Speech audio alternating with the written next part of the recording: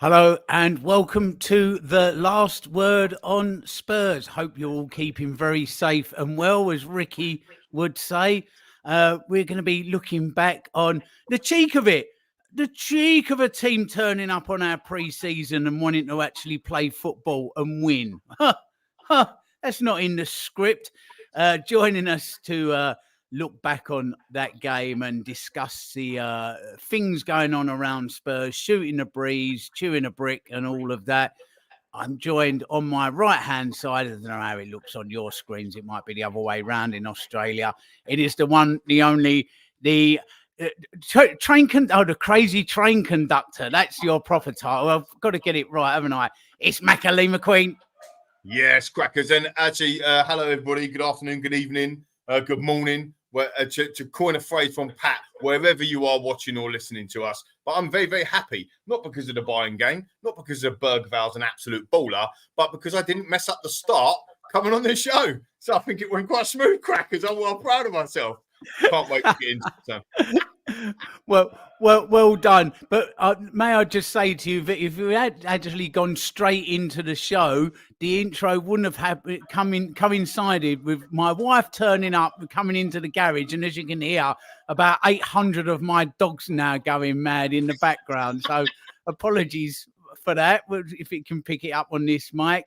Also joining us, blimey, the Olympics on, the cricket's on, everything's on, and he's still here.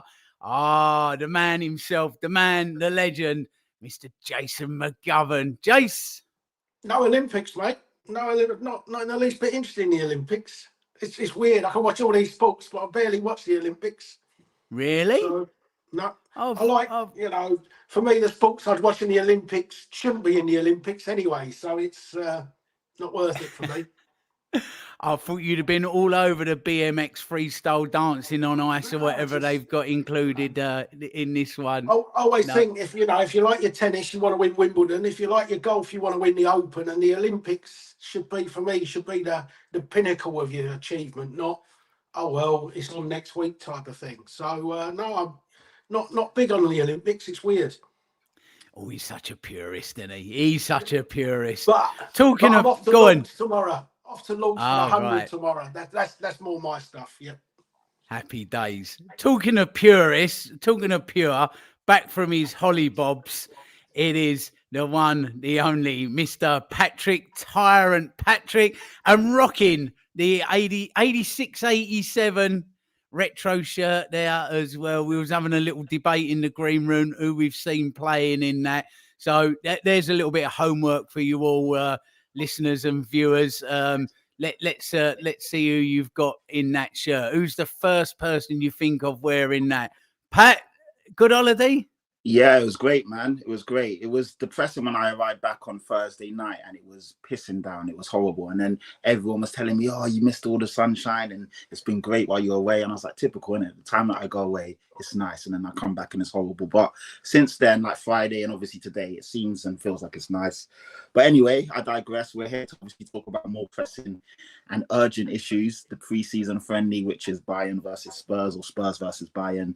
And I'm seeing people in the comments losing there already. It's a pre-season game, lads. Like, relax. It's cool. But yeah, of course, we're going to get into it. Happy to be here. Like Lee said, good morning, good afternoon, or good evening, depending what time you're tuning in and listening to this. Hopefully, everyone around the world is feeling good. It's summertime. Get outside and touch some grass if you really are taking this game that seriously. That's all I'd say. Patrick, every time you say that, I always think of the Truman Show. That's a crazy film, a brilliant film. Go check out the Truman Show, man. Absolute crazy film. I always remember that. Well, do you know what? We might as well do a review of the Truman Show and just skip over that first half, shouldn't we? I mean, wow. Well, look, Spurs on their last game of the Asia tour, back to White Hart Lane, or the Tottenham Hotspur Stadium, as I'm contractually obliged to call it. Next week for the reverse of this fixture. May see the return of Kane as well in that. I'm wondering what sort of reception he'll get, but that's for next week. So I'll start with you, Jason. Overall thoughts on today. What did we learn from that? Well, I said on the last pod we should have no problems today because we've been out in Asia for 2 weeks and Bayern have just ripped up, so we should be a bit further on than them. And actually, we could have come in at half time about 4 or 5 down, couldn't we? They pressed us all over the pitch. We couldn't handle it. We when they went 1-0 up in the 4th minute, the goal was already overdue. Like you thought, dear, oh dear. I think they were in the side of us after about 20 seconds, weren't they, down the side? Mm. They were breezing through midfield without a problem. We couldn't handle their press, weren't going with their runners. We were chasing the ball rather than keeping any shape. And for that first 45 minutes for sure, you looked at us and thought, blimey, we are miles away from where we need to be. And I know we got players missing, but Bayern have got players missing as well. And we're missing Van der Ven and Romero. They're missing Sane and Kane. And I was thinking, blimey, this is painful watching here. And I feared at half time that we would be looking at a 3 or 4 goal stuffing. Second half, I said to you in the group, didn't I? We just need Eric Dyer to come on the pitch. And as soon as Eric Dyer came on the pitch, there we go. We're through 1-on-1 with Pepe Sarr. We should have scored as well, to be fair. Last 25 minutes, we had chances maybe to have ended up getting something from the game when Bergvall missed a big chance and Pat Sarr was through and Porro scored a good goal. But let's be honest, as the major part of the game, if you like, the first 45, 55 minutes, it was a tough watch. And, there's serious work to be done at Tottenham Hotspur away this week once we get players back. But just how easily that we were pressed and how much we struggled with it, and then how in transition, how open and things like that we were, is the alarm bell should well and truly be ringing. Very much so. Patrick, I'll come over to you. And from the kickoff, it looked like that the K-pop band New Jeans had actually taken the kickoff and stayed on the pitch and were playing for Spurs at some stage, didn't it? The 4 young ladies from that group. It was that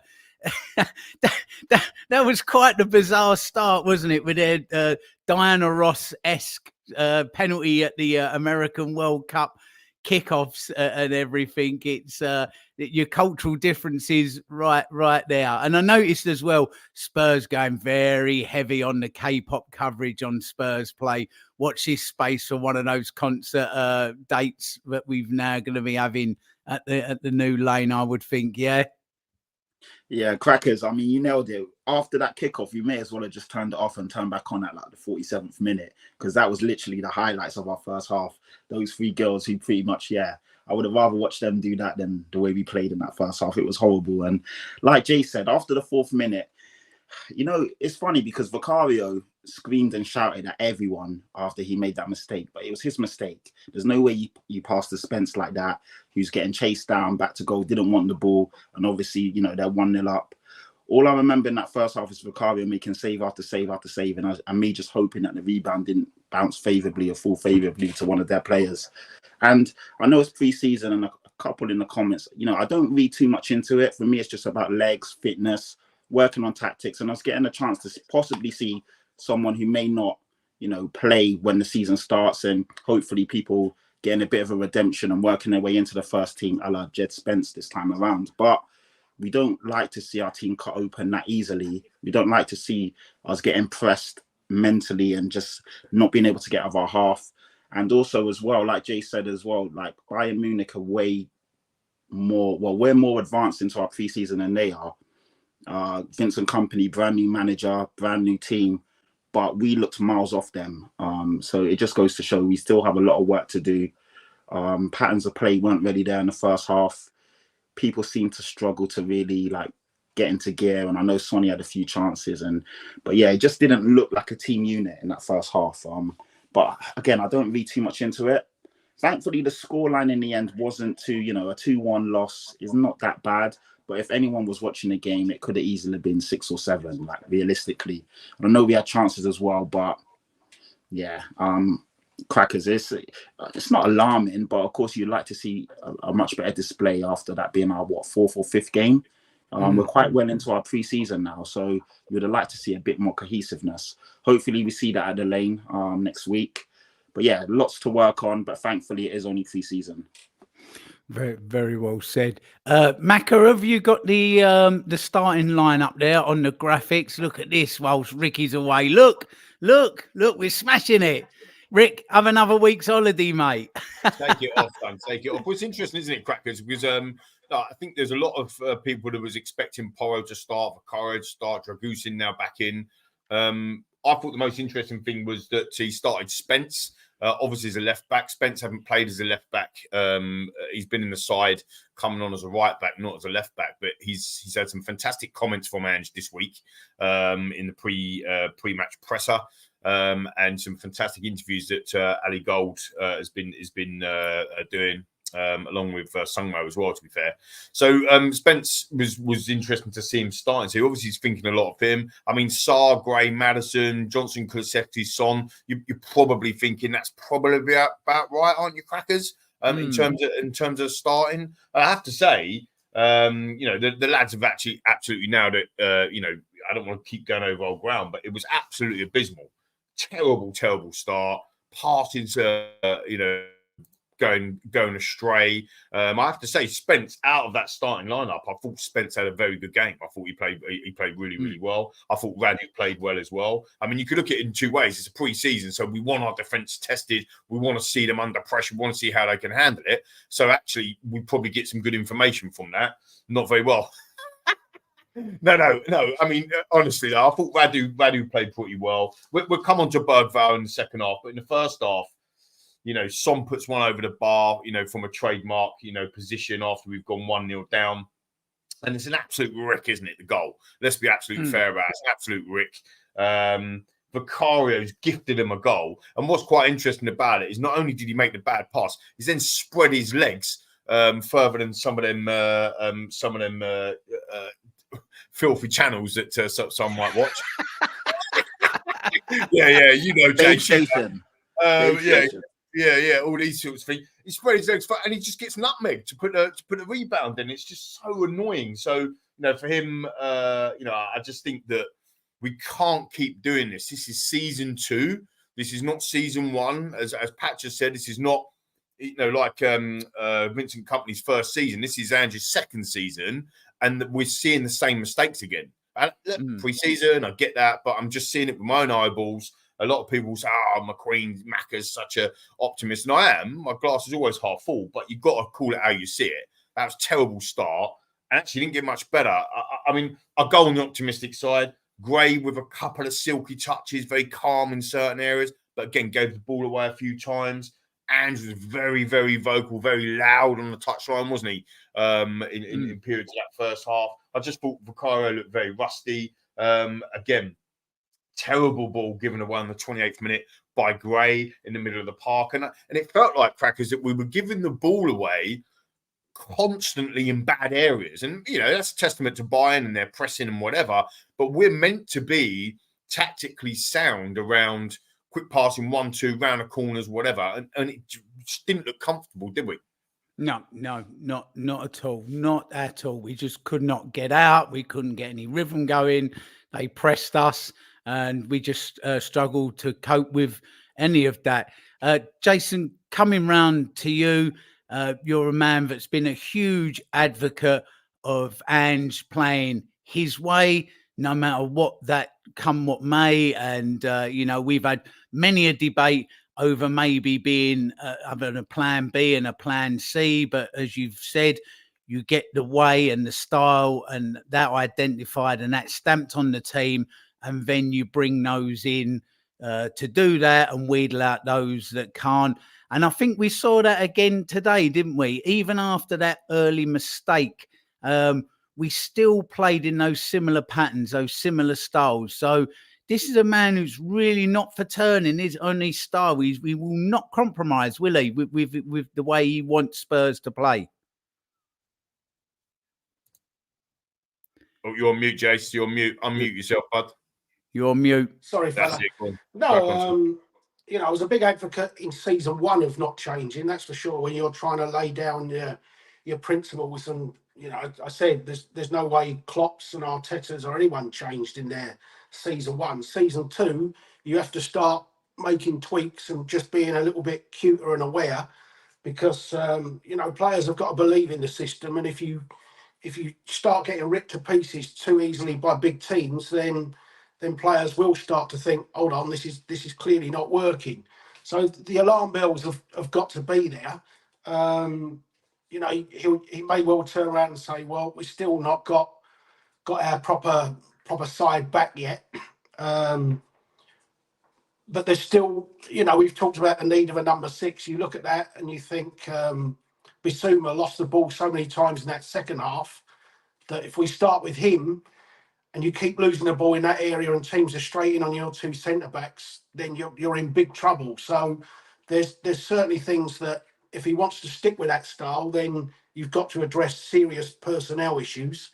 And if you don't address those, you're asking for trouble, because, you know, we see it that when teams do break on us, because we're so open and our structure's all over the place, we end up kind of just chasing the ball in, because you chase the first danger and you suddenly realise there's somebody unmarked on the far post, there's somebody unmarked here, and defenders lose all positional sense and just start filling around almost like panic, didn't it, Jason? So it looks like panic, doesn't it? It looks like panic in that scenario, and that's what. The second goal is a prime example of that. When the second goal is a prime example where we lose the ball, and then we're, you know, 3 against 2. You're always in problems then. So certainly it's a worry. Like I say, Bissouma's not been the Brighton Bissouma, and you looked at him today and you think you can't be like that in that role in the Premier League, because you're going to get hammered there on a regular basis. So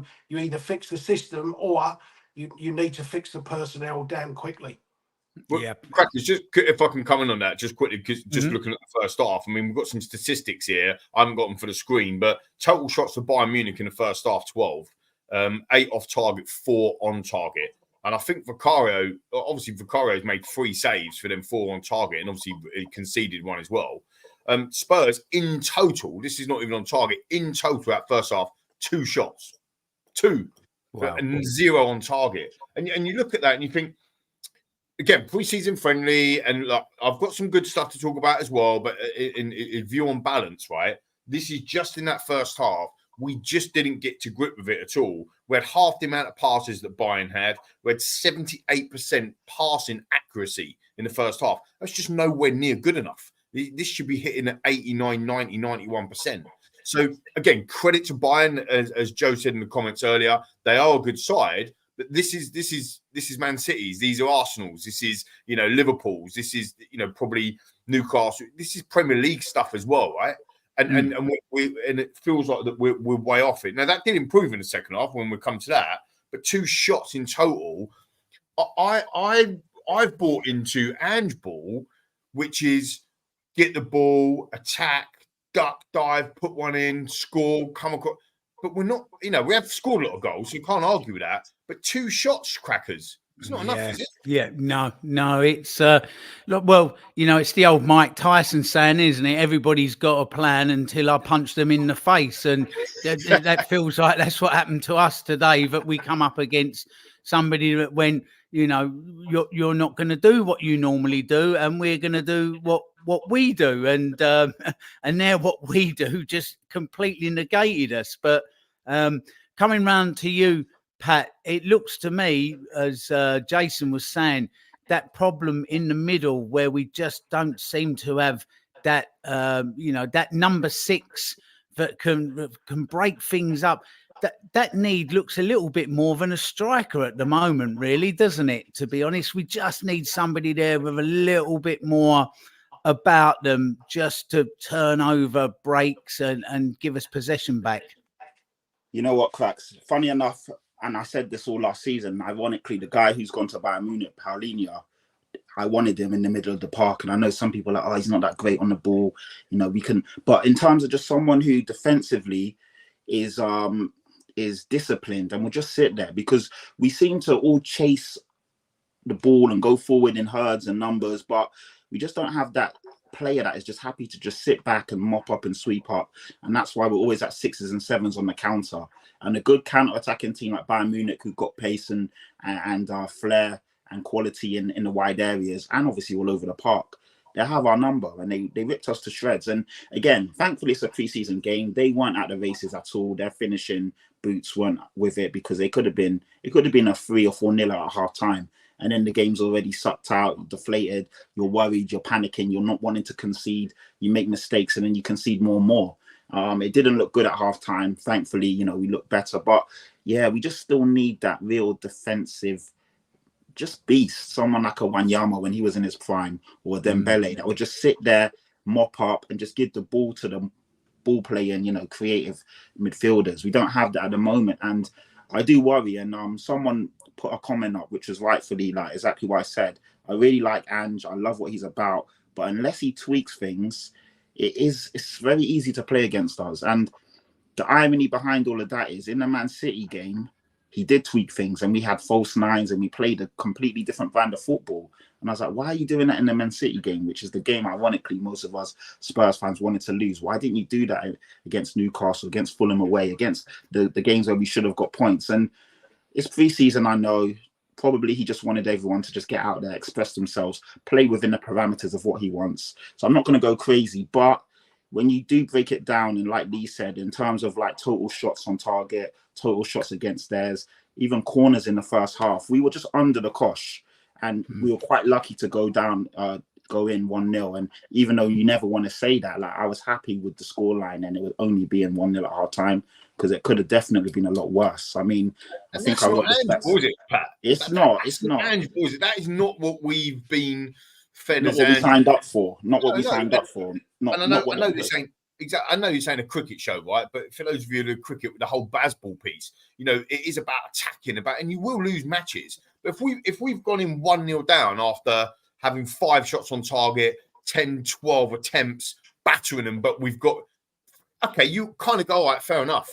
But handball was about going at front foot football, attacking, having a go. I felt our forward line was shocking in the first half. Decky was okay. Fair play to him. He did all right. You know, chasing shadows sometimes. But I thought Son and Decky, the final pass weren't very good. Brennan Johnson wasn't at the races as well. Yeah, he wasn't at the races. Like the ball was running out. Control the ball. It was just his touch was really off. And yeah, going back to what you said, I mean, 12 shots. Bayern had 12 shots on target to R2. This is at half time. Goalkeeper saves. Bayern Munich 0. So we didn't test their keeper at all. Vicario made 3 corners. Bayern had 7, we had 3. So we were second best in all major departments. And I didn't even put like the passing stats or passes, because we would have been way under what they did. So yeah, like what Lee said and Jay said, we just went at it. And again, you know, it's a pre-season. The good thing is you want good tests in pre-season. You don't want to keep playing, with all due respect to QPRs or, you know, K-League All-Stars. That's not really going to determine where you're at. So this is a good litmus test. But also, on the other side, it's very frightening that we were way under par compared to a good team. The one thing that we don't know is whether we put in a training session this morning, whether Bayern put in a training session this morning. We don't know, because we looked incredibly leggy against them and really sloppy. And like I say, the fitness levels in that first half looked a lot different to how I expected them. You know, I thought they'd be the ones that would struggle in that heat and humidity, but I'm just not sure.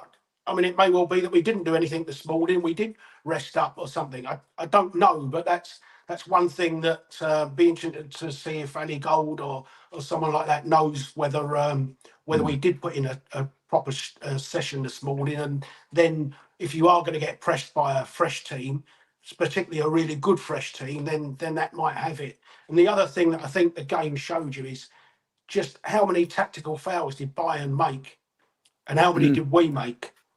You know, we don't make them whatsoever.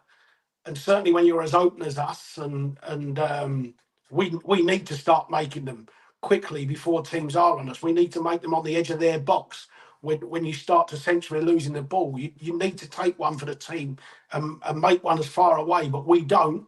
but you saw Bayern constantly do that to us. And the best, you know, you look at Fabinho when he was at Liverpool. You look at who was the Brazilian that played for Man City for ages before Rodri came in. Fernandinho. That's Fernandinho.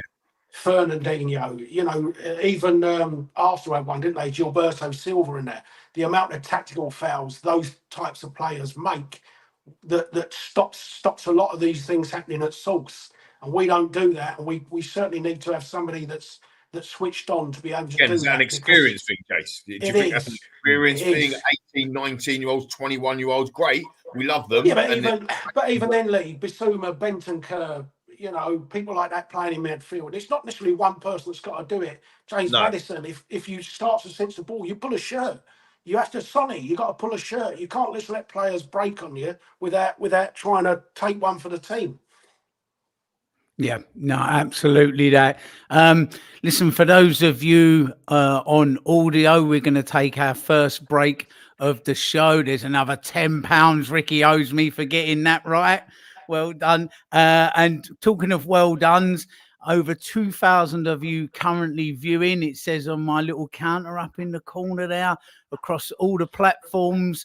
Oh, what are we on these days, Macca? We're on YouTube, everywhere, mate. Mum's Net, isn't it? You like Twitch, a bit of Mum's Net? We're on the IG. Is it like a Snapchat? I don't think we're on a Snapchat. We're on the X. We're on the YouTube. We're on the. Are we on TikTok yet? I'm more worried what Lee's on when he talks about Vicario opening his legs. I thought, where are we going with this one? Don't forget Apple Pods, Spotify as well. Obviously, we're everywhere, mate. We're all over. Yeah, we're massive. We're massive. Yeah. We're also on the 10-minute free view on those channels up in the 900s as well, according to Macca. How do you know? How do you know they're up in the 900s? I've never been up that high, mate. Never been up that high. So well done, everyone. Look, first half, it really was like, wow. Glad we got to the to half time. I think only fans. Yeah, that'll be the next one, won't it? I was thinking of starting a channel and baking some nice quiche Lorraines and calling it Only Flans. What do you reckon? That little go at that. Yeah, you should, mate. You should. Right. Look, let's get to the second half because I feel there was a few more positives in that half. Whether that was change of personnel from Bayern and them obviously being a little bit behind us and flagging, or even our change of personnel, because for me, overall, these kids, and you can't win anything with kids, remember, they come on and they looked absolutely fearless, and they really did. They just improved us immeasurably. Jace, I'll come over to you and just a little overview on, I'll come around the whole panel, but I'll start with you, Jason. We got to start with Bergvall, haven't we? I mean, wow, my oldest lad, he plays his cards very close to his chest. He never gets too excited or too down over anything. But even he was texting me saying Bergvall is an absolute baller, and he really does look one, doesn't he? He does. And, you know, when we signed him, I remember I was talking in the group, I think it was Jamie Brown kept saying, you know, he's going to do this and he's going to do that. And I said, just give the boy time, let him settle, let him come, let him get the pace of the Premier League, let him get the physicality. And of course, he's not in the Premier League yet. But the first thing that has surprised me is his physicality. That he does look like somebody who will be able to handle the physicality now. And he doesn't look in the least bit timid or overawed by what he's coming into. So, you know, you are sitting there and thinking, look, this is a genuine first team player here. He's not going to be, I think, you know, there were first thoughts he might go out on loan to get him used to it. He's nowhere is he going out on loan, that's for sure. He's around that first team squad, and you can see him starting plenty of Premier League games. But his confidence on the ball, how easy, you know, he just has that ability to beat a man, doesn't he? Take it in tight areas. And yeah, he lost out a couple of times, but you know, the bit I actually liked mostly from him today was was late on in the game when he chased the ball backwards and went shoulder to shoulder on our byline just to shepherd the ball out of play and just use his use his body and that. And you think, nope, he's got some defensive awareness to him. He's definitely been a find for us, and it's just a shame he didn't take his big chance, because you'd really expect him to put that away. But without a doubt, he looks one that definitely gets plenty of Premier League minutes, that's for sure. Yeah, very, very much. And he's so. pushing to start at Leicester, let's be honest. He's pushing to start at Leicester, not even be a bench player. Yeah. Lee, coming to you, we were saying off just before we come on air, not yet Modric, but you can see, I know, the comments are go mad. Not Modric, but very much in the Modric style, isn't he? He looks like he can lockpick, and he will pick up a ball and progress you. He has that air and style of Modric without actually being Modric, may I hasten to add before everybody goes nuts. No, but the thing is that we made these comparisons to the back four, back five under Poch versus what we've got now, and it's very easy to go, well, when it was finished, we're comparing that versus now. We're not. We're comparing when it was first put together, and it's the same with Bergvall and Modric. When Modric came into Tottenham Hotspur Football Club, he was, he's obviously young and not that well known. And he used to come into them pockets, didn't he? Pick it up quite deep and then just turn and then just go and glide past people and then pick the right pass. And you can see that he's got I call it this, Bergvall's got early Modric vibes, right?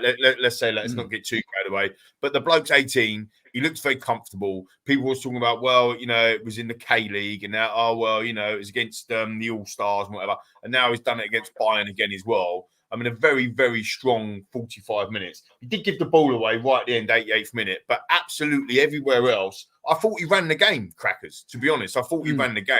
And Basuma came on. Basuma gave the ball away, Jace touched upon it, 7 times. I counted, I wrote them all down 7 times on each minute. And he actually gave the ball away for them to score their second goal as well. And when you're looking at that, sometimes you're not worried. You are worried, but Andrew always says, I'm not worried if you make a mistake, if you learn from it and so on and so forth. And what he was doing is he kept making them types of mistakes or giving the ball away. Whereas Bergvall, he's quite tenacious as well, and he is not just all like long blonde hair and like fancy footwork. He was like, as you said, Jace, barging. He was going on sliding tackles, proper baller. And I agree. I think that it's set up for Maddison for Leicester away on the first game of the season. But again, sorry, Madders, because I love you, mate, but not been great so far. The pre-season hasn't been that lock picker. Hasn't had really good shots. I mean, has he even tested the goalkeeper in any of the friendlies that he's played? This is our number 10. This is why I keep crying for the likes of Eze, for the likes of other people. I mean, you look at the young lads that we're talking about now, they have made a bigger impression than some of the senior players. And, that could be a good thing, Crackers, right? That can be a result. They're going to push everybody on, or it could be a bit of a downfall. But there was no doubt the second half was much better. Higher energy, higher, quicker passing. Our passing stats went up. We ended up with statistically in the second half 11 shots on total, 4 on target. So all of our shots on target come in the second half. Obviously scored, which we'll go into. But I thought Spence was very good. There was a couple of people saying that he had 2 left feet today. I didn't see that at all. I thought Bergvall was good. I thought Spence was good. I thought Radu was good in the first half. Decky to a degree. I thought Porro played well. I'm also going to say it because everyone's like going to batter me on it. Fair enough. At Lee McQueen, if you fancy battering me. I thought Emerson Royale was good. And I thought, he comes on again as a makeshift right-sided centre-back, and he was aggressive. He was right up the front foot, and I thought he played well. Yeah, no, he very much did. He's quite the enigma, isn't he? Really is. Royale, he's the Ricky Villa of our time, isn't he? He comes on and he's fantastic in some games, and then in other games he just looks completely off of it. He's quite the conundrum. Patrick, for you, the kids that have been coming through this pre-season, and the younger players, I shouldn't really call them kids. They don't look like kids, do they? It's I mean, they've done well, but you've got to go to Old Trafford, and you've got to go to places like the Emirates and Man City, which is, you know, that's a real test, isn't it, of where you are as a young player trying to make your way through into this team. Yeah, good points. I feel the youngsters are all really good. Like, none of them look out of place. I liked Lancashire's movement. The ball kind of got stuck under his feet a few times, but other than that, his movement is really good, and he's direct, and he wants to get in the right positions and obviously get a shot off. All the other players looked good. Abbott, I thought, was quite good as well. Probably won't talk about him, but he looked good when he was on the pitch. Abbott was, yeah. Yeah, he was good, man. Again, like, the biggest testament, Jace or Lee or obviously Packers, is when these guys are playing, do they look out of place with the first team? And right now the answer is no. Yes, as a whole, we didn't look that great, but none of them stood out. They looked good. They looked like they had been around the guys for ages. And yeah, so long may it continue. The problem is when the season starts, some of these guys won't get the minutes because naturally Ange is trying to win games. So probably like a Lancashire should go on loan, where he'll be playing first team football. And of course, we need to get the loans right. Not like Veliz last year, where he never played and there was political things going on, and he was just basically like the pawn in their big game of chess. These guys need to go to teams where they're going to play week in and week out, because that's much better for their development. But yeah, they look good. These guys look like the real deal, which is nice to see. And Bergvall's only 18, and like you said, Lee, I think that, you know, that kid looks special. You don't want to go too early, but he looks really good on the ball. He's strong. He's not afraid to get stuck in. Yes, he should have scored his one-on-one chance. He did go over looking like he got fouled. They didn't show a replay, which was annoying, to see if there was contact. But he should have scored that. But yeah, Bergvall looks like he's definitely got that bit about him. Very composed on the ball, can pick a pass. And it's good to see that we now have someone that can essentially play where Maddison plays if Maddison isn't up to speed, is injured, you know, needs a rest. You kind of got that guy already there.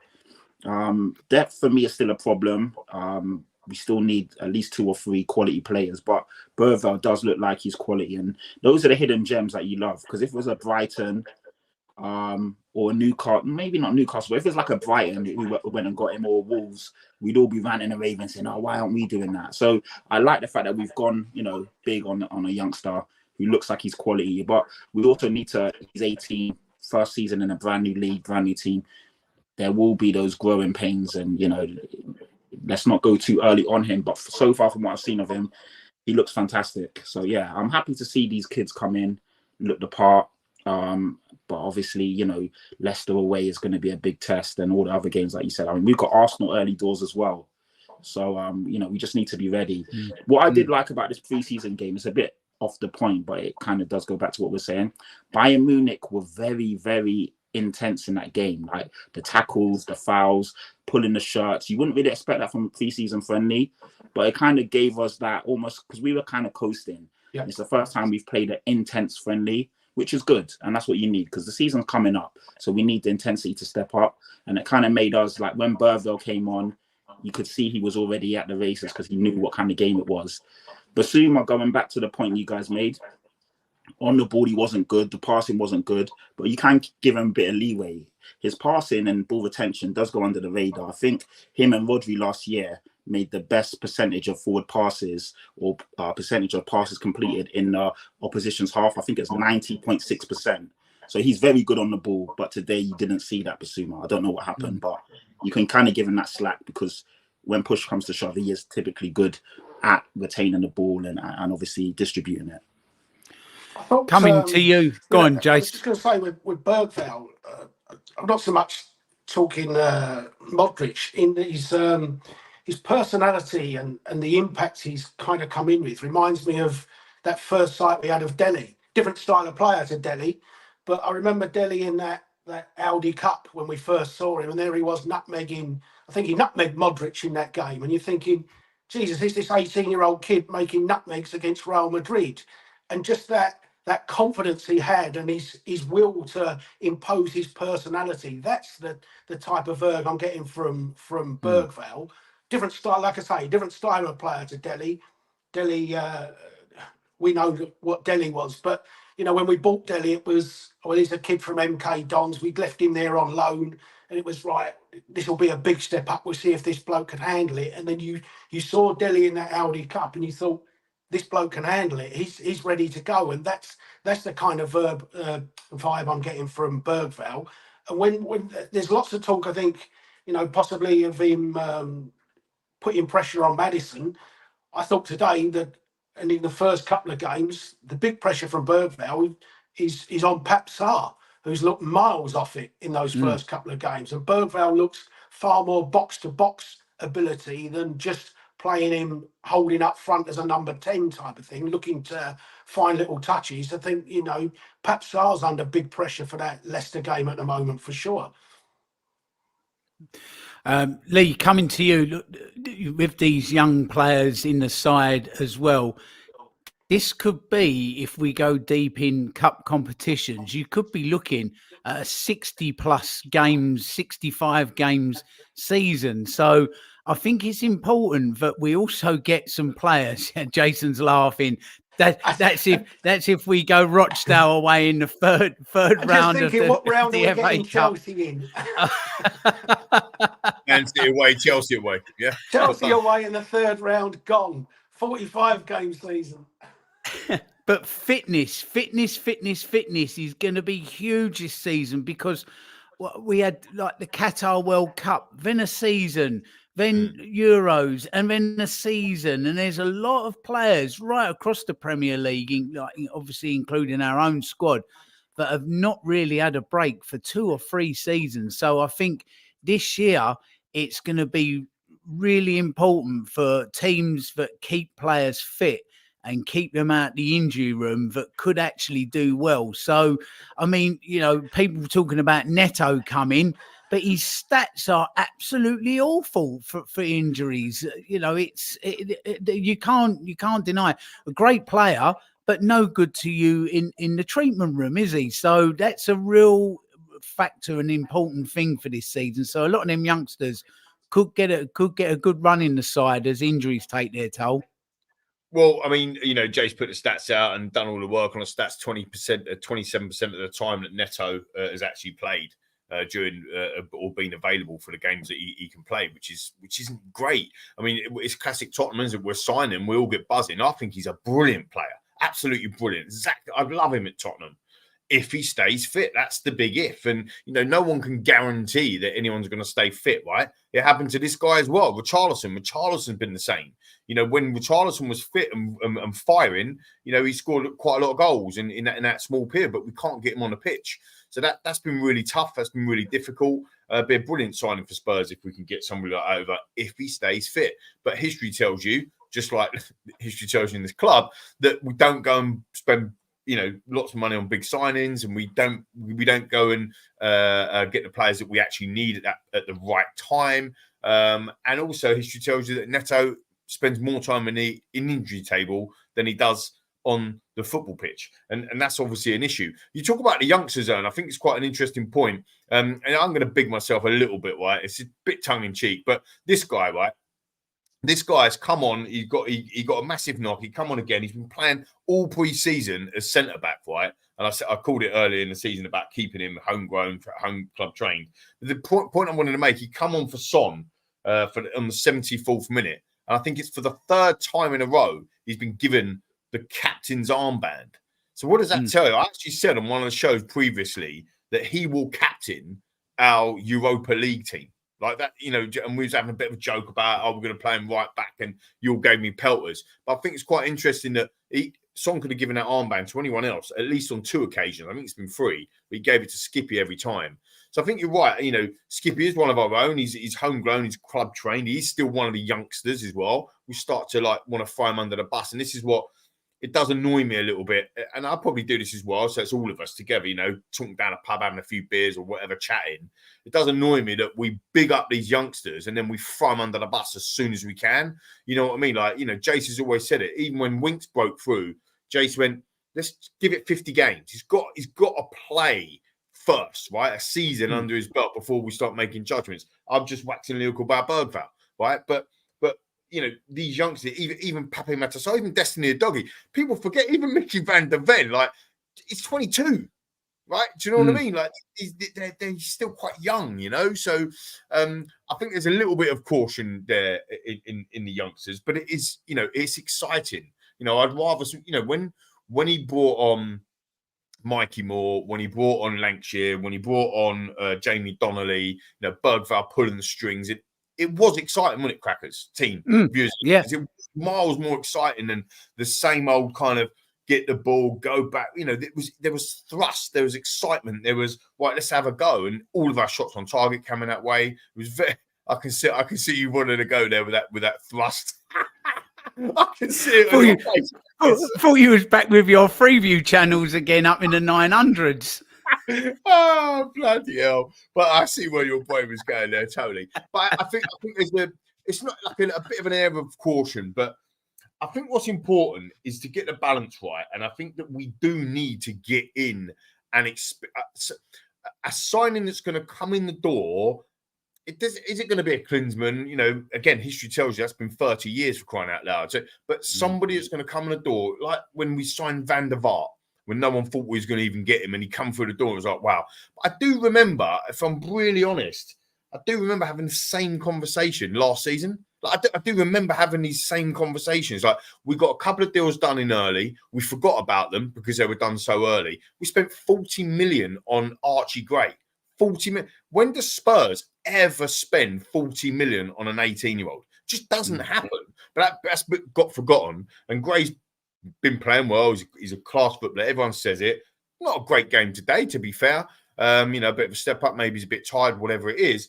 But ultimately now we'll go, right, you know, we're bloodthirsty. And I'm not saying it's not me, because I am as well. I want to see the likes of my football club linked with and signing players like we've been linked with and looking to bring into the club. But I think we've also got that balance, as I was saying, with the youngsters, is that if the youngsters are that good, do we need anyone? Right? You know, that's the balance, isn't it? That's the hard question, isn't it? You know what I mean, Crackers? Yeah, no, it is. It's all about that blocking the pathways again, isn't it? If you're blocking for them, it's I think you got to have a balance, haven't you? And it's not like there isn't the money there to be able to do this now either. Yeah. It's absolutely there. A lot of it comes down to maybe the player doesn't want to come, or the club doesn't want to sell. Well, the money is also there to make offers for players that we need that cannot be refused as well. So, you know, but there's a balance to be had. But then does that block a pathway? So you've got to try and get a little bit of a check and a balance with it, haven't you? Yeah, without a doubt. I mean, you know, the Conor Gallagher situation is one that forget what we personally think of Conor Gallagher, whether we think he's the right player or not for Tottenham. You know, the club of I think Ange has certainly approved that he'd like him there, or that type of player there. We all know what Conor Gallagher's strengths are: the energy, the you know, hairs around the field, and we're all thinking there's a player 40, 50 million. But would Conor Gallagher give us anything at the moment that Bergvall wouldn't? Well, he only missed one game for Chelsea last season. I mean, that's one thing for Conor Gallagher. Fitness, he captained the Chelsea side. To me, I've never thought of him as a Chelsea player, and that's not a disrespectful for him. I just find Kovacic for me was a pure Chelsea footballer. That type of person that knows his role in the team. I totally agree with you. That's so weird. You know, nothing fancy, nothing, almost that clinical thing. This is my job. This is what I'm here to do. Conor Gallagher runs all over the place. And that's what I mean. I always think of Chelsea as being so structured in how they do things on the pitch that Kovacic for me is and Gallagher isn't. But I mean, you look at a Conor Gallagher, and there's somebody that could cost you 50 million. Or I think Chelsea have taken 35 now from Atletico. Whether they take 35 from Tottenham, be interesting to see. But you know, there's talk of him, and he obviously isn't keen on the move to Madrid. But like I say, when you look at Bergvall today, is kind of going to give you any more than Bergvall will. And then if you go and spend 50 million on 40 million on Conor Gallagher, what does that do to Bergvall's time on the pitch? Do we then suddenly see him as nothing? So it is trying to get that balance right. It's not as easy to do as everyone thinks it is. But we certainly, there's no doubt we need players in for sure, but getting the right ones in, and Jed Spence is another one that's, you're thinking, can he do that job as the backup to Porro? Because he does look comfortable going in field, and he has seemingly changed an attitude. So it'll be interesting to see what they do for sure. Yeah, very much so. For those listeners on audio, we're going to take our second break of the show now. Once again, a huge thank you to all of you watching live across all the streaming platforms. Well done getting involved. And don't worry, won't be long before Rick's back and this show gets back on a professional track, let me tell you, rather than my amateur ramblings. Back to the game, Pat, for you, 55 minutes in and Spurs find themselves 2-0 down. For me, not so much, look, the shot gets away. It was a good move from Bayern. Vic makes a save, but there's always that chance of a ball coming back out. Nobody's closed down, have they? And there was bodies around as well. No one's anticipated Vic maybe not making a save, just pushing that away. And he gets a second chance. It was just like, wow, come on. As a rather cheeky comment comes up on the screen now for those of you watching on YouTube. Yes, yes, Joanne, very, very well said. I'm not reading that out. It's nearly the Sabbath. Back to you, Pat. Back to matters in hand. Minute 59, not minute 69, by the way. Yeah, sorry, Crackers. As you was like halfway through your monologue there, that comment came up, so I was cracking up. I wasn't laughing at you. I was laughing at what come up on the screen. But yeah, that's too funny. It's something that we can't repeat for the people listening in on the audios. But yeah, nice one, Joanne. Nice one. The thing is, defensively, we didn't look good today. I know like Emerson Royale came on and made a few good tackles on blocks, and Jed Spence again. But as a unit, we weren't at the races. We weren't cohesive. We weren't basically, singing off the same hymn sheet. And Vicario made a few good stops. Naturally, as a goalkeeper, your first aim is to save the ball. Second is to try and push it into an area that's not as dangerous as obviously pushing it straight out in front of you. But sometimes you just can't help it. You just got to make the shot first. Made a good stop. Obviously, the ball rebounded into a danger zone. Everyone was asleep. Goretzka pounced on it and scored. And 2-0 down, you're annoyed, but it could have been 3 or 4, so you take it and you just hope that we wake up and get back into the game. A lot of work to be done defensively. I hope everyone knows that. Like I said, it's a gift and a curse. Obviously, you're playing a good team, so you kind of know what you're going to be up against, and it is better than playing essentially a championship or a put together team from the J League or wherever. But yeah, defensively we just seem to be a bit short and off it than Bayern Munich. But pre-season, you won't take too much out of it, and hopefully in the second game at home we just look a bit more solid as a unit.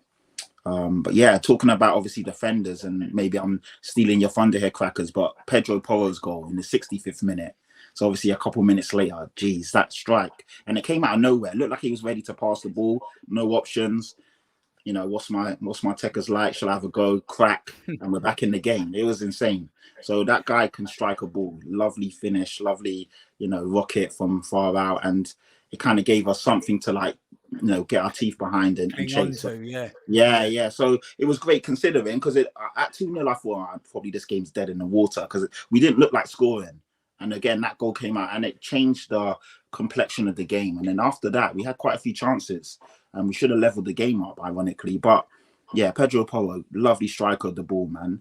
And we just hope he can get into those more attacking areas. And he had a great start to the season last year. He was on 6 or 7 assists from early doors. And then he kind of petered out as we fell off a cliff offensively. So did he. So we just hope he can maintain that level and obviously provide a few more goals in the Premier League, because he's more than capable. Very much. Lee, I'll come to you because you've got the presser comments. Hot off the presser.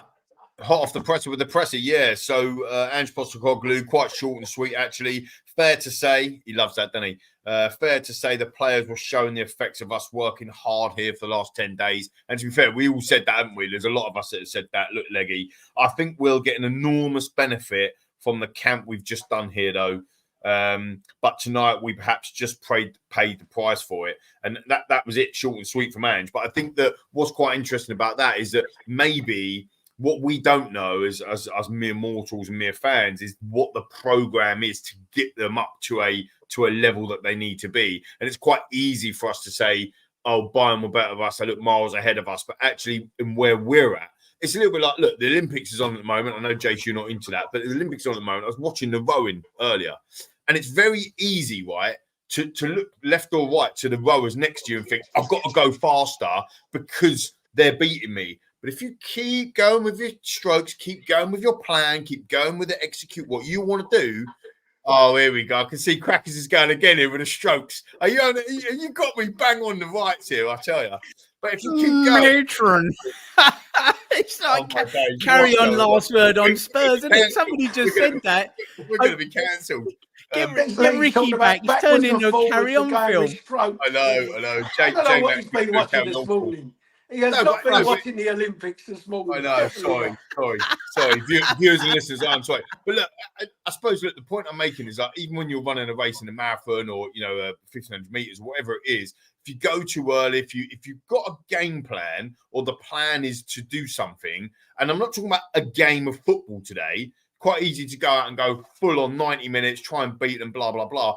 But as part of our fitness plan, maybe that wasn't the case. Do you see what I mean? And we knew that we were going to have 75 minutes of Son, or we knew we was going to have 45 minutes of Porro, whatever it is. And it's really important for the club, the staff, what they know what they're doing behind the scenes, or what they're, so that we can peak at the right time, which hopefully is going to be Leicester away, right? Monday Night Football. So I think you've got to take that into consideration. To be fair to Pat, you said it right at the beginning of the show, buddy, didn't you? About that it is a pre-season friendly. So I don't want to go in too hard on the guys today, but there is some, I think the whole look. I'm not having to go up Basuma massive. I am actually, because I'm a bit sick of it. No, I am. I am a bit sick of it. By now, that guy should be running the show. Yeah, he has 100%. the talent. He's more than capable. He's got it. Honestly, Biss, man. I know you watch this stuff, right? Sort it out. Like just go and run the game for 95 minutes, and as soon as you do, Spurs are a different side, right? You are going to get taken over by the likes of Bergvall and Archie Gray, which fair enough, they're 18-year-olds. He's going to take you out the side, mate. You have not made it yet. You are Tottenham Hotspur Football Club. You've got to go again. Come on, man. Yeah. It's not good enough, Crackers. No, exactly that. Jason, let me put on an imaginary hat so that I can take it off to you, because you are the sage and the oracle as ever. You called before we heard those comments. Did they train today? Has there been other things going on? Is this why they looked leggy? And I don't know. Maybe we're just seeing something of what we get to see is just a small moment in an overall pre-season training. So we see a game. That's our only window in on it. But the game itself, in relation to the preparation for the season coming, is just a small cog in the machine, isn't it? So where we've looked leggy, it might be, as Anne just said, because we've been working our nuts off, for days on end in that heat. And here we go again, Crackers. Here we go again. Whatever again. But you're right. There you go. All we've done is we've seen today a bit of a leggy performance, but we have to remember, despite it being on TV and the world watching, it's all part of a bigger plan, isn't it?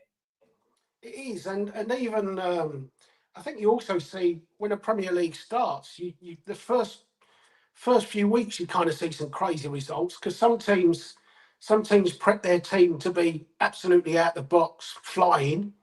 And they think, right, get points on the board quickly, and then you see other teams that have done maybe a little bit more strengthening work that that have the longer view of the season and think it's not about peaking in August and September. It's about getting to the winter months and then being in physically conditioned. And you never know. Every team structures their pre-season differently. So the one thing I would be a little bit concerned about is we've only got one friendly left against Bayern. Nobody's done 90 minutes yet, which is understandable. And, you know, if 11 players do 90 minutes against Bayern, then there's 11 or 12 players in the group that have got nowhere near a 90 minutes yet. So in an ideal world, I'd like to have 2 games before Leicester, you know, to try and get as many players through 90 minutes. I mean, Romero, Van der Ven and that, they've not kicked a ball yet. They're coming back. So, you know, if you've got to incorporate them into the team next week and you perhaps only give them an hour, then the Ben Davises and people like that are going to have nowhere near a 90 minutes, are they? So, you know, I'd kind of like 2 games before that Leicester game to try and get as many through 90 minutes as we possibly can, and then feel like you've got the right degree of legs going to Leicester. Yep. Lee, that's Jason touched on the incomings a little bit up from you on the possible outgoings and the exits from Spurs. And I mean, we've got a few out, but yeah, some more to go, do you think?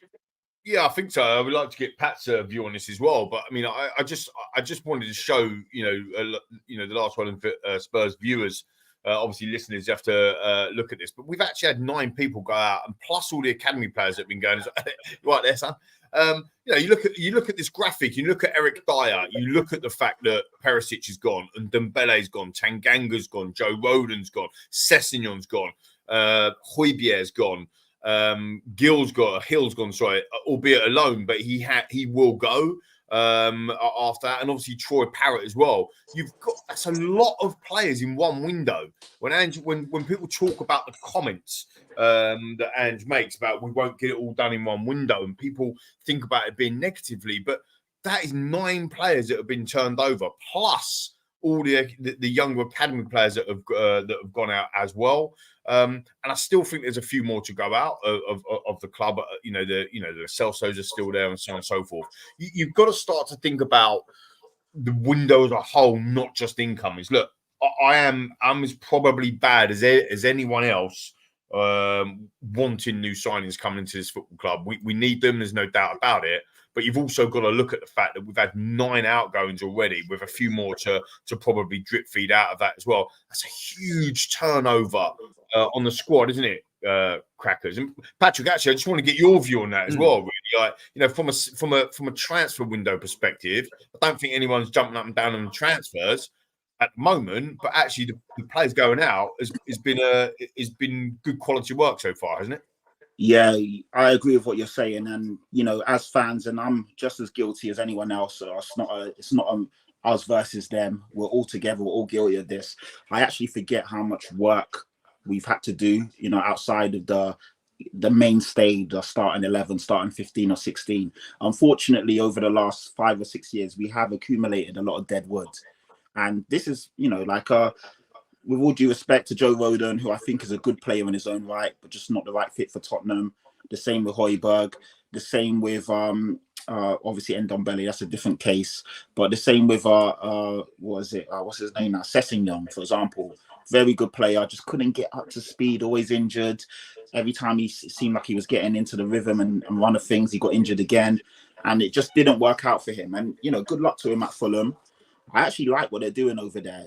Smith Rowe, I know he used to play for the Scum, so I couldn't really say it back then. But as a fan of football, I liked him coming through the ranks. I thought he was a really good player. So I'm interested to see what he does over at Fulham. But going back to what you said, I think we've done a lot of good work getting rid of these guys. It looks like Emerson Royale is finally out of the door as well. But now it's just getting the players in. And obviously getting players in that are not just stopgaps. Like maybe a Dominic Solanke. I know it's going to divide opinion. For me, I don't know if that's the best striker we can get right now. And maybe he'll fill a gap or plug a hole for a year, 18 months. But I want a striker that we know will be here long term and will instantly improve us. And I just don't want to see stopgaps anymore or bit part players. I want to see players that instantly step into that first 11 and improve us. But I understand before we did that, we had to get players out. So we've cut the salary, we've cut the spending cap, the salary cap, wages, whatever you want to call it. And now it's time to really improve that first 11. I think that the depth of the squad will be quite good once we improve that first 11. But right now, there's still obvious gaps and holes where if we really want to push on, finish in the top 3, win the Europa, we just need a bit more. Yeah, mate, spot on, Pat. So Spurs finished their Asia tour. Very successful, 66,000 there today, and just Jason, you're a man that knows his way around that part of the world. Overall, it's just been incredible, hasn't it, to see so many fans in that part of the world getting access to these teams, and they're just as passionate as anybody that goes week in, week out and lives 2 miles down the road in Enfield.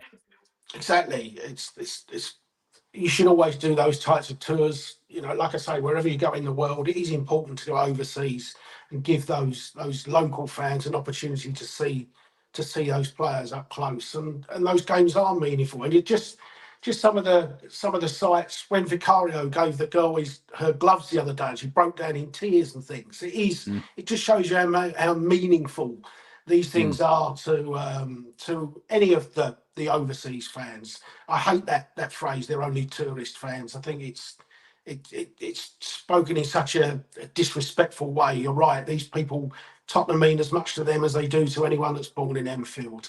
But you know, it's been from a team bonding point of view, from a camp where you hope to build that type of team spirit, understanding and things. All those things are important. We all know that. When you used to go right down in school, when you used to go away second year camp or third year camp or something, we all know that the team building and things. It's a lot more advanced than just going paintballing, that's for sure.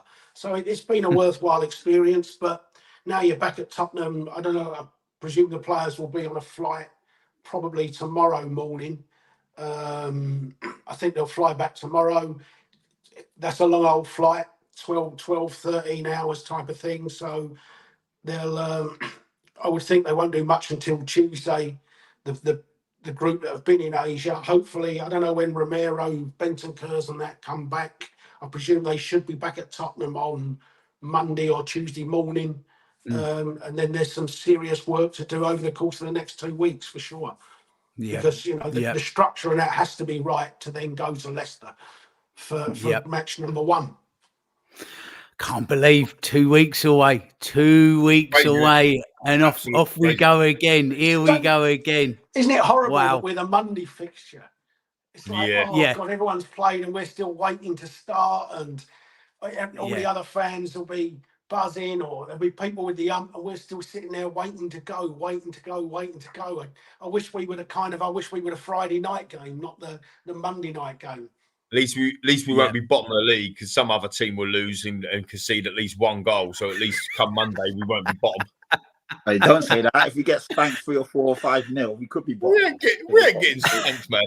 Look, so there's a lot of people in the comments been asking for optimism from me. So here's the thing, right? Like, there's no way we're getting spanked, right? We are not getting spanked. People are like crab sticks. Fair enough. Everyone's got their opinion. What did you say last year, Patrick? We finished 9th. Happy days. Crab sticks saying we can get above 8th. You've got to look at it in.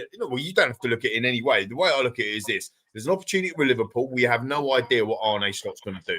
There's an opportunity with Chelsea, an absolute basket case. There's an opportunity with Newcastle. Eddie Howe still might go and get the England job. They're up in the air. So we're talking about us, focusing on us, and rightly so, because we're Tottenham.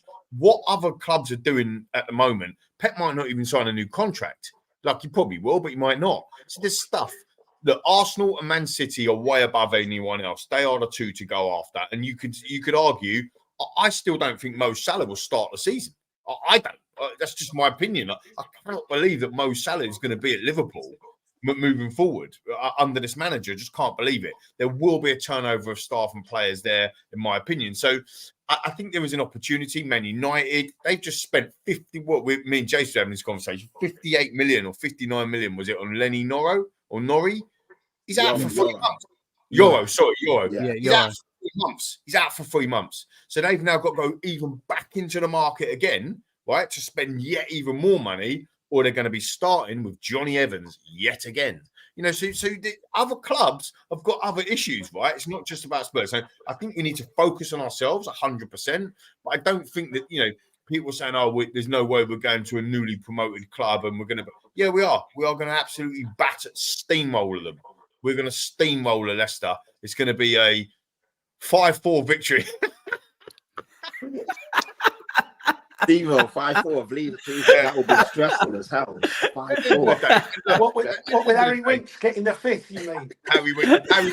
Harry Winks scores a winner after Maddison's hit the post.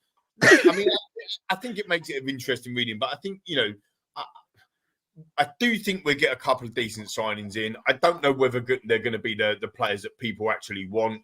Like Jason made the point earlier about the whole Conor Gallagher thing. If Conor Gallagher signed for Spurs because Ange wanted him, it would be really split the fan base. We did a poll the other day on Dominic Solanke when them links came out. It was literally 52% versus 48%. Or 57% and 43% in favour of Dominic, because people started thinking, well, actually, is he as bad as everyone just thinks? He's not a sexy name, no offence, Dominic. You know what I mean? Like all the Dominics out there. But at the end of the day, he's not the I don't even know his name. This fella, he's not Gicares, right? He's not that guy.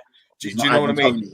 He's not an Ivan Toney or whatever. Yeah. I mean, and Jason made a point as well about Ivan Toney. You can take Ivan Toney's penalties away. He's getting nowhere near Dominic Solanke's. No, but you know what? With the Ivan Toney, you kind of have to look at the context though. After being out for 18 months, 12 months, he kind of came back and he still needs to get up to speed. So you kind of, even though obviously all stats count, last year was not really a great addition to his numbers because he was out for so long. And Brentford as a whole were absolutely awful last year. They almost got relegated for most, they were really stuttering along that 17th, 16th, 15th. They weren't good. So with that, I do take that into context, but I do hear what you're saying. Dominic Solanke is a very strange one because a lot of the people I know who I was talking to, I'm absolutely against it. I don't think he's the kind of player we should be going for. But people are starting to talk me around, showing me the array of finishes, showing me his stats. Even Gicares, let's not forget, he was in a championship for 2 years and his numbers there were okay. He was at Brighton. He couldn't get a game. Like 1.2 million or something. And now they want 80 million for the fella. I mean, this is another Darwin Núñez for me. Like, it's got Darwin Núñez written all over it. You know what? It's tough because the striker market, the talent pool isn't that great, if we're being honest. We had an all right striker, didn't we? I think we had an all right one. Let's go and get him back. He's on loan, isn't he? Well, we call his loan. He's coming back next week. And you know what? Just quickly, whilst we're on this, a lot of fans are going nuts because West Ham are about to sign Fulkirk. This guy's 31, almost 32. Shocking, mate. He scored 12 goals across all competitions last season. He's absolutely woeful. Even for Germany, he doesn't look that great. And I'm just like, 100%. People are losing their head because teams are making signings. And yeah, cool. For West Ham, that might be a great signing. But if he was to sign, he's not better than Richarlison. Let's have it right. No way near better than Richarlison. So sometimes... Who's the... sorry, Pat, to cut across you, but going to you. Who is the Italian striker that they signed? And everyone's going mad. Spurs. Samaka. 40 million. Samaka. Absolute shocking. Yeah, and he had a shocker and went back to Italy. Yeah. So Fulkirk exactly the same. Things, yeah. Gicares, I think, would be fantastic. Again, he plays for the best team in Portugal, so the numbers can be quite skewed. They're a brilliant team, so again, everything goes through him. It's tough, man, because even Solanke scored 29 goals in the championship 2 years ago. Like, he was fantastic in the championship, albeit the championship. Then he scored 19 in the Premier League. So if you're looking at it from a season-to-season standpoint, the guy is actually growing and becoming a better striker. Sometimes strikers develop a lot later. So there is that aspect as well. I don't know if Solanke, for me, if we signed him, I wouldn't be that excited, but he could be someone that grows on us. The guy's not crap, don't get me wrong. But I would prefer Ivan Toney or a Gicares. And maybe that's just because I'm biased and that's who I've been looking at all summer. So maybe a Solanke now will come in and it'd be a bit underwhelmed in terms of what I've been looking at. But it doesn't mean that he's a bad player. No. If you think about it logically, and this is why these chats are fantastic, right? But if you think about it logically, Dominic Solanke, out of the boys that we've got, we've got Jonathan David, who I think the club's going to sign. I think it's a classic Tottenham signing. He's 1 year left on his contract. He's cheap. His numbers look okay to appease the fans, and I think he can play across the front three. I think for me, he's a track backer. I genuinely think that's what we're going to sign. The risk with him is he's never played in the Premier League, right? Gikaresh, I probably butchered his name, right? Numbers are outrageous, absolutely outrageous numbers in the league that, let's be honest, Darwin Núñez scored 40 goals. Yeah, that's my point. Yeah. And actually, this guy was playing for Coventry a few seasons ago. And you could have bought him for like 1.5 million or 8 million or whatever it was from Brighton. What's that got to do with it? Well, okay, when you logically think about it with Dominic Solanke, you've just put his numbers up. He scored like 29 goals in the Championship, which is way more than Giraquez. And then he's just done 19 goals in the Premier League. Like, this is the different levels. Do you see what I mean? So, but we don't, and I'm not saying this on you because I don't know who I want either, to be honest. But it's just his stats and his numbers are as good as Richarlison's. So you're getting another Richarlison. So if Richarlison goes for 40, 50, 60 million to Saudi Arabia, this is a terrible deal. But if we keep Richarlison and we sign a Dominic Solanke or a Jonathan David or somebody of that ilk, I think that's a bolstering the front line. 100%. But if we get rid of Richarlison, you have to go for somebody, and another one. But you have to go and get like an Isaac or somebody who is proper.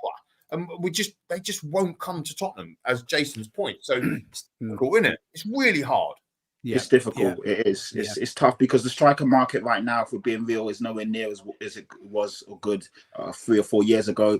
The frustrating thing as well is that back in the day, we had possibly played with 2 strikers. Like there was a time when we had Llorente, Kane, maybe 3 or 4, 2 other names I can't think of at the top. Now teams I typically play with 1. So you're lucky if you've got 2 strikers. We need 2. But yeah, the talent may not be where we want it to be. But going back to the Solanke thing, if you look at his numbers as opposed to a Gikaresh, they kind of are par for par if you take into context of the league, the team that he's playing for, and obviously what he's done. So it's going to be quite interesting. But I think Bournemouth will ask for at least 50 to 60, which when you think about it, that's 120 mils spent on 2 strikers, which, on paper, they might not get you 15 goals a season. Exactly, which is a bit insane. But 50, 60 million is the new 25, 30 million, isn't it? That's just your standard sort of player money now, isn't it? But look, we can continue this down the pub, everyone. All right, let's all get a pint and we'll find a table in the corner and continue there. Right, need to wrap up for today. I need to get out. I've got places to go and things to do. I can't sit here talking Tottenham all day, even though it is my job.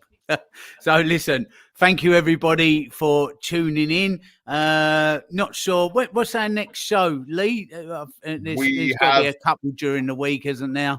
We have a big show with myself and Matty Hayes with the wonderful Paul O'Keefe that is happening on Monday. So hopefully we get a couple of bombers from the legend that is Paul. Friend of the show, of course, as well. Transfer roundup, Jace. I'm sure you'll be involved in that, wouldn't you? That'll be a quick show then, won't it? So listen, when that countdown to 30 comes all the way down to 1, you can say, "Well, that was the end of the show." Then that's perfect. Oh, do you know what? Thank you in the comments. I'm getting a few comments there. We've got a little shit quiz to do. Have you got 2 minutes for a little shit quiz, everybody? Yeah? You want a little bit of that, Jace? Go on, then. Pressure's on. You ready? Pat and I are literally just going to listen to Jason get all the answers. So, because he always does, doesn't he? All right. Okay. Come on. I'm not prepped for this time. Here we go. Patrick Lee, Jason, you've heard of an urn, right? A tea urn, yes, yeah, tea urn. I've heard of the Ashes urn in cricket. Does that count? Like that urn, yeah, a tea urn. So today we played Bayern, didn't we? Okay, yeah. Patrick's gone already. So would you like to play the shit quiz with me? 5 questions entitled Bayern Munich. I'm going to give you some names, and these are either tea shops or coffee shops in or around Munich. Okay, you tell me which one I've made up and which one is the tea shop based in Munich. Hence, Bayern Munich. Oh, why do I keep saying music? Brian Music. Right, are you ready? Here we go. I see Patrick. Oh, Patrick's off on mute now. Properly perplexed here, Pat. You know what's going on, or what? Right, number one. I'm in Urns. Yeah, let's go. Settle down, everybody. Here we go with a shit quiz. You've got T. Getch Vendner or Lee Tisch Dean. Which one is the tea shop in Munich? I'm going to go Tigers Wendner or Lee Tisha Dean? Who answers first? Is it just whoever says Number it? one. Whoever. Number one. Going A. First one. A or B? I'm going B. You're going B. Yeah. Okay. It is the first one. A. Tigers Wendner. Letitia Dean. It is EastEnders. Ricky J. Norwood would have known that one. Pat's like, what's EastEnders? Number two, come on, quick, let's get through this. You've got bean batter or Heinz Bonen. Bean batter or Heinz Bonen. Is it A or is it B? I'm going A. You're going A. Bean batter or Heinz Bonen. No chance. Probably number two for me. Going for number two. Jace for you. Number two. Well done, Patrick. It is number one. There's a cafe in Munich called Bean Batter. I'm back in the game. It's 1-1. Heinz Bonen is actually the German word for Heinz beans. Oh. Number three. Zig und Zag or Zimt und Zucker. Which one?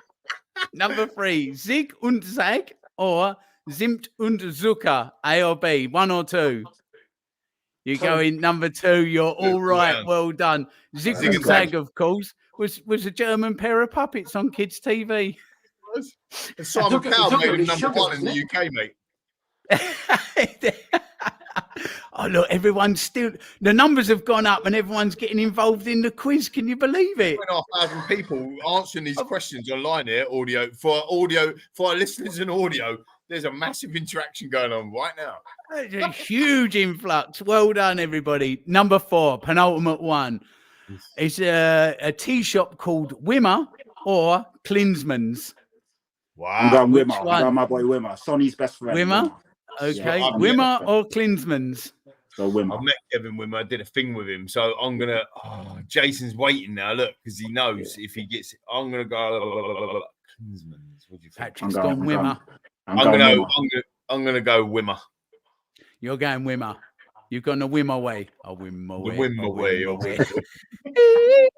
I'll go Jace. You're going Klinsman's. Yeah, I'll go. Unlucky. It is Wimmer. Wimmer is the team. Let's go. Jason's on the ropes. This could be the first. Jason tried to be smart. He tried to be smart and go. It was a tactical decision to win it. I can't keep agreeing. So. Okay, last one. Kuchenkönig or Schnick Snack Laden Cafe. That sounds brilliant. I'm going two. Yeah, because that name's mental. Number two. I'm going two. Then I have to go one. Yes, go one. Kuchenkönig or Schnick Snack Laden Cafe. Which one is the cafe in Bayern Munich? Two sounds so it good. Is I made it up. Number two. It is Schnick Snack Laden Cafe. Boom, boom, boom. Well done, everybody. Right, we're wrapped up. We're all done. So Leon Patrick have a draw. Leon Patrick have a draw. Have you got a final eliminator question, or is that it? Right, no, because it's so shit. There's not even a knockout question with it. Tell you what, then. Tell me one player we've taken from Bayern Munich. Oh, Kevin Prince Boateng. Oh yeah, of course. Did he come from Bayern? I don't know. Or did he go to Bayern? I haven't thought. Oh, you don't know the answer. I asked the question. You don't know the answer. Perisic. There you go. He came from Bayern, didn't he? And I thought my quiz was shit. Yeah. Oh, man, I missed that one. Yeah, Perisic. Leroy Sané.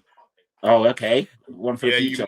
UH, that's the future, right? End the Okay. window. I know his brother Sausage. Yeah. We still haven't got a winner. In which case, who have we sent to Bayern? Right. Eric Dyer.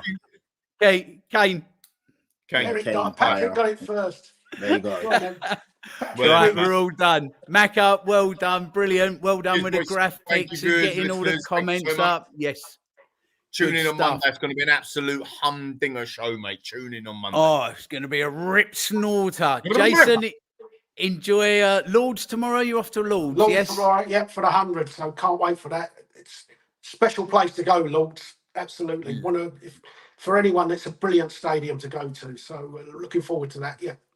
Brilliant stuff. And Patrick, welcome back, my man. And thank you. Back. Good to be back on with the boys. Yeah, one more preseason game to go and then the season starts. So let's do it. Shout out to everyone tuning in. Shout out to everyone that will watch this on the reruns. And hopefully I'll see you all soon for the first home game of the season. Yes, baby. Nice. Yes, baby. Good Crackers, stuff. enjoy Spain. How's the weather, Crackers? A bit up and down out here, to be Oh, honest, yeah, the last few at the moment weeks. as well. Yes. Yeah, I was in Madrid during the week. I took the youngest lad to go and see Travis Scott. He went in. I didn't. I went and found a local establishment because that's not my thing. And oh man, it was hot there. Man, was it hot! But out in the Canaries here, been a bit up and down. But a poor early summer means a good late one. Let's hope that that's the same for Spurs, with the transfer window. So yes, good stuff. Yes.